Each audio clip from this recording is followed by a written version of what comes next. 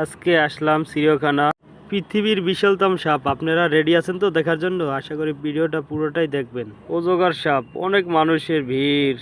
দেখেন কিভাবে ছবি তুলতে আছে, ধাক্কা ধাক্কি ফালাফালি। এ ভাই ধাক্কা দিয়েন না তো, সরি ভাই। এই সাপগুলো আসলে নিরীহ প্রাণী, শান্ত বিশিষ্ট প্রাণী। দেখুন এক লাগে দুইটি সাপ, কিন্তু বোঝা যাচ্ছে না, কিন্তু ওই যে দুইটা মাথা দেখা যাচ্ছে।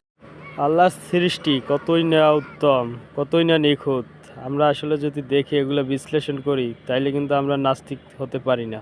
কিন্তু কোনো নাস্তিক থাকে না। আল্লাহর যে এত সৃষ্টি, এত সৃষ্টি, এত সুন্দর, আসলে আমরা কিন্তু দেখি না, বুঝি না, চেষ্টা করি না দেখার, যার কারণে আমরা গাফেলাতি হয়ে যাই। কারণ এই জিনিসগুলো দেখলে, আল্লাহর সৃষ্টির দিকে তাকালে মন মানসিকতা সব ভালো হয়ে যায়।